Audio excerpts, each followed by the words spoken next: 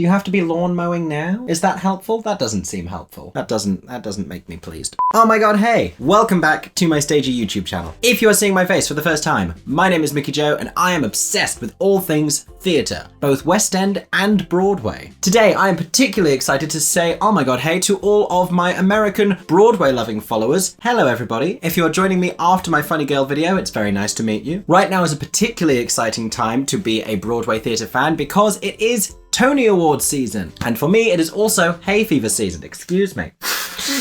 Horrible time of year. So as I sit here and talk to you, the Tony nominations have literally just come out. I have had a glance at them because of course I have, and I'm going to be looking back through and letting you know my thoughts. I'm not going to be doing predictions yet. It is too soon, and that's going to be another video that's going to come later down the line. Also, I'm wearing my Inheritance t-shirt to pay tribute to last year's Tony Award winning Best Play. Was it last year? As I say that, it didn't sound right coming out of my mouth. Time has lost all meaning whatsoever because we're in the end times and nothing makes sense. Okay, so I'm on the Tony Awards Twitter feed and looking at the nominations as they came out. I was working when it was announced, so I wasn't able to watch the live stream nomination announcement with Adrian Warren and Joshua Henry, which is sad because they're both so talented and very attractive. Did they sing? I hope they sang. So I'm going to start with the design awards for both plays and musicals. And what's interesting is there's a little bit of difference. You have a couple of shows that were nominated for both categories, but otherwise there seems to be quite some disparity between the set designs which were recognized and the costume designs, which I like. It means they're really looking at the work rather than just letting something sweep. For example,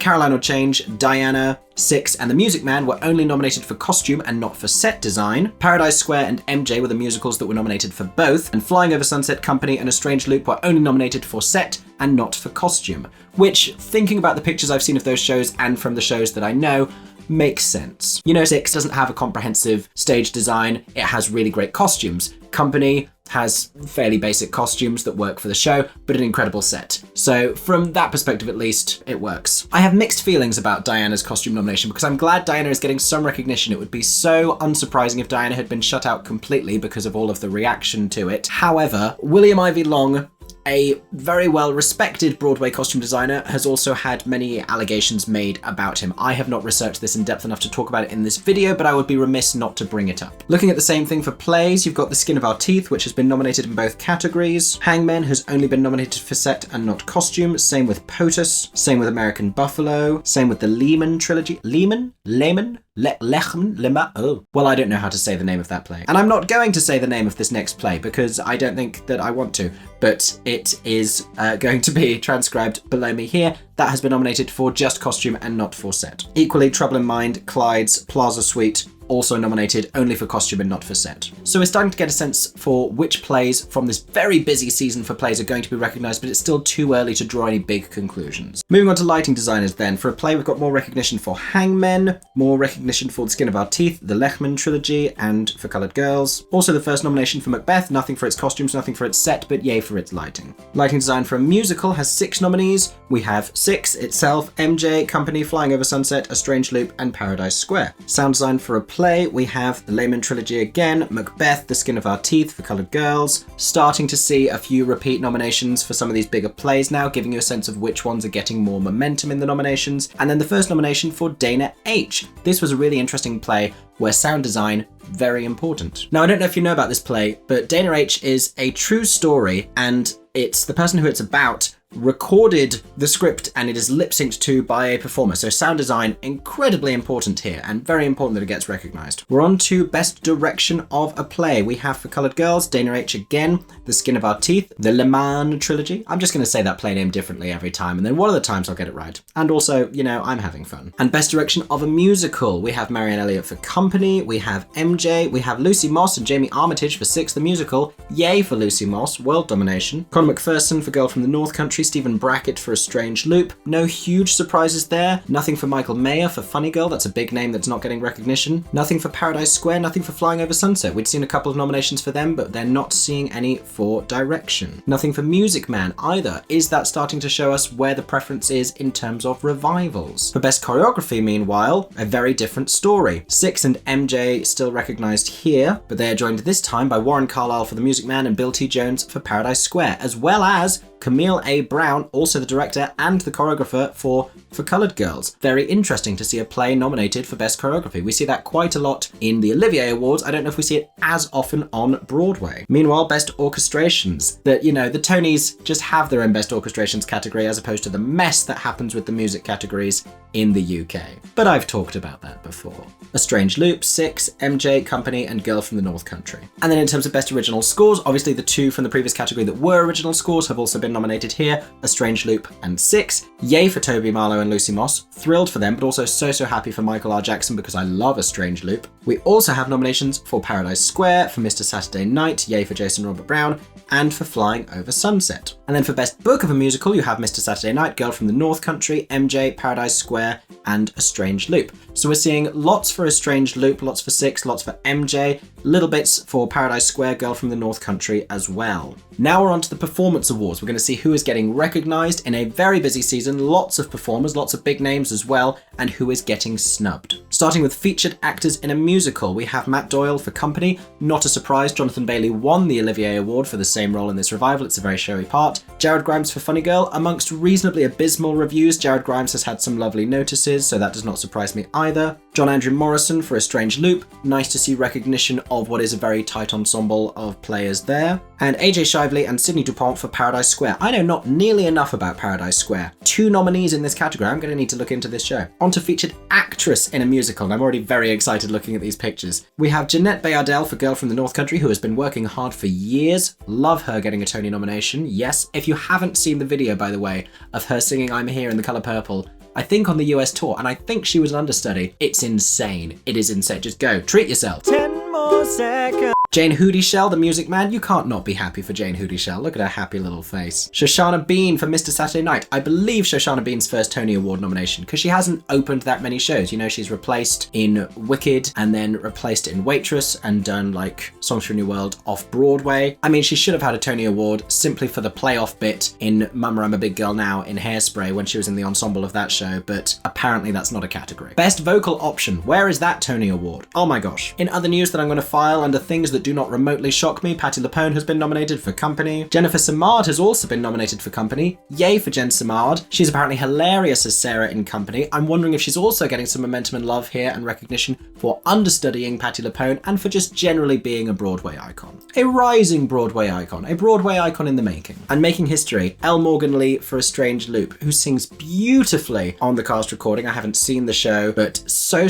happy for her here. Possibly the first trans performer ever to be nominated for an acting Tony Award at the very least. Very possibly the first openly trans performer ever to be nominated for a Tony Award. The first trans person to be nominated for a Tony Award. I'm really racking my brains. If there have been any more, please let me know in the comments section, but possibly we're seeing a very big history-making nomination here. Elle Morgan Lee, incredible, talented trailblazer. We're on to Featured Actors in Plays, who all look very serious. Oh my gosh. We have Ron Cephas-Jones for Clydes. Yay for Ron Cephas-Jones. Alfie Allen for Hangmen, who I've read went to go and get pancakes straight after finding out who was nominated for a Tony Award. That's incredibly relatable and something I would definitely do. Michael Oberholzer for Take Me Out, who is staring me dead in the face. My God. Also Jessie Tyler Ferguson and Jessie Williams for Take Me Out. Hey, they're both Jessies. Are they both in the shower scene? Do they shower together? You know what, it's better that we don't think about it. And Chuck Cooper for Trouble in Mind. Happy for you, gentlemen. For featured actresses in plays, we have Uzo Aduba from Clydes, we have Felicia Rashad from Skeleton Crew, Julie White, who is always beloved by the Tony Awards for POTUS, as well as Rachel Dratch, probably getting her first Tony Award. Has Rachel Dratch done Broadway before? This may be her Broadway debut. I'm really not paying enough attention to POTUS because that has a cast. Kara Young for Clydes and Kenita R. Miller for Coloured Girls. It's been really amazing to see so many plays on Broadway this year platforming black performers, and that now is being reflected in the Tony nominations. On to Best Leading Actor in a Musical. We have Rob McClure for Mrs. Doubtfire, which is the first nomination for Mrs. Doubtfire. That show has been otherwise completely shut out so far. We have Miles Frost for MJ. I've heard exceptional things. We have Jaquel Spivey for A Strange Loop, and you know for a fact that Larry Owens, who did not end up transferring with A Strange Loop to Broadway, allegedly because of some diva behavior behind the scenes, I couldn't possibly speculate.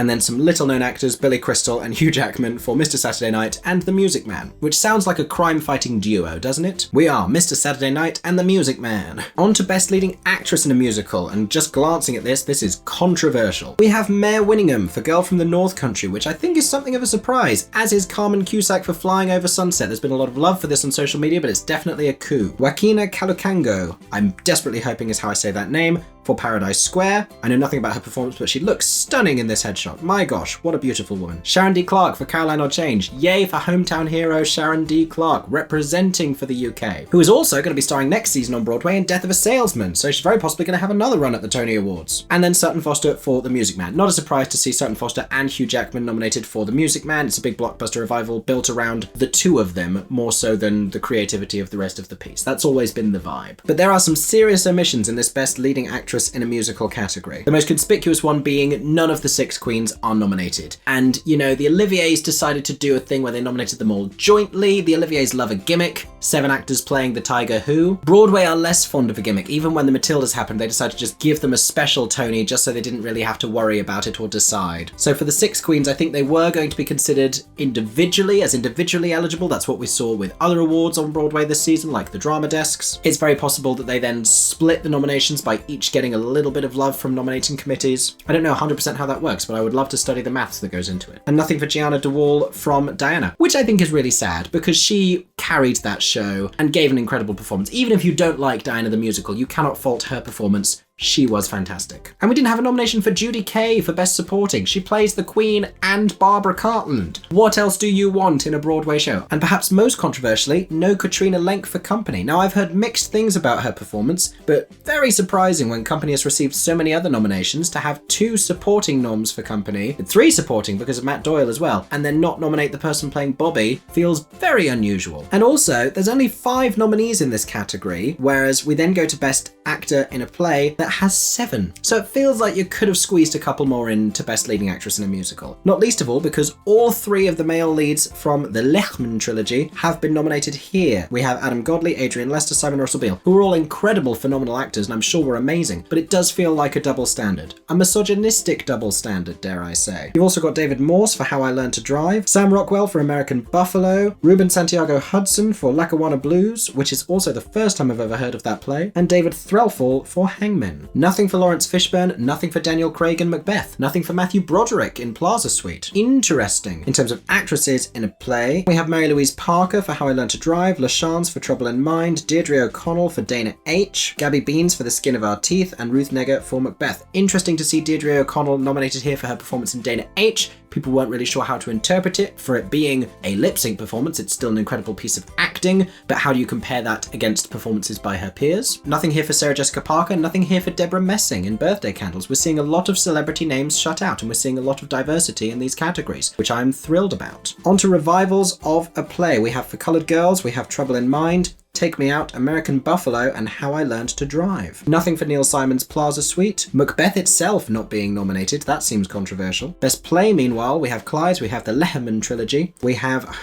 Why did I read that as The Muppets? Yes, The Muppets are nominated for Best New Play. The Minutes is in fact what that says. Hangmen and Skeleton Crew. There were many, many new plays to choose from this season. That is a very tight category. I'm surprised we don't see 6 nominees. For Best Revival of a Musical, we have Company, The Music Man, and Caroline or Change. Only 3 revivals nominated here. I mean, we've seen 2 nominated before, but interesting that Funny Girl was omitted completely. They chose simply not to nominate it whatsoever. Also no Beanie Feldstein in this category, but I don't know if that comes as a surprise. If you haven't watched my previous video, go and find out more about that whole situation. For Best Musical, we have 6 nominees. We have A Strange Loop, Mr. Saturday Night, MJ 6, Girl from the North Country, and Paradise Square. None for Flying Over Sunset. Objectively, there were more new plays on Broadway this season than there were new musicals, so interesting that there should be 6 Best Musical nominees and only 5 for Best Play. None for Diana, none for Flying Over Sunset. I don't know if that can really be called a huge surprise. But there you have it. Those are the nominees for the 2022 Tony Awards. I am so excited to watch the Tonys again. I'm going to be making more content about it between then and now. I'm going to be letting you know my predictions, and I will probably react to the ceremony when it's broadcast this year if I can find some sort of way of watching it in the UK. American friends, hook a boy up. Let me know your thoughts on the Tony nominations down below. How happy are you for 6 receiving 8 nominations, which is is really impressive given that it didn't get any acting noms. Out of the two musicals, Paradise Square and MJ, that both received 10 nominations, amongst the other highly nominated musicals, A Strange Loop, Paradise Square, MJ, who do you think is going to take home the most? Are we surprised to see some big celebrity names shut out of nominations completely? What was your biggest Tony nomination surprise? Answer all of these questions down in the comments section. Thank you so much for watching today's video. I hope you enjoyed. If you did, make sure to subscribe to my channel for plenty more Stagey content, including more videos about the Tony Awards coming very soon. Also, if you want to support me as a Stagey content creator, head over to patreon.com/MickeyJoeTheatre to gain access to a bunch of exclusive photo and video content. I hope that everyone is staying safe and that you have a Stagey day. For 10 more seconds, I'm Mickey Joe Theatre. Oh my god, hey. Thanks for watching, have a Stagey day. Subscribe!